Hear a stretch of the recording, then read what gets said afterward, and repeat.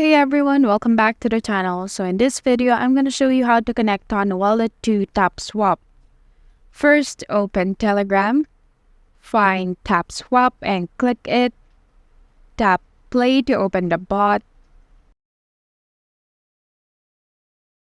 You can see the Connect Wallet option on the upper right side of the interface. Click it to see the different options you can choose where to connect your Tapswap. In my case, I have a Tonkeeper wallet, so I'll choose it to redirect me to the Tonkeeper app. Wait for the request access message to pop up, then tap Connect Wallet.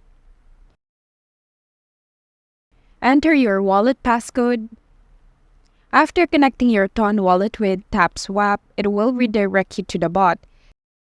Now you can see on the upper right side of the screen that your Ton wallet is now connected with your Tapswap. If you found this video helpful, please give it a thumbs up and don't forget to subscribe in this channel. Thank you for watching and see you in the next one.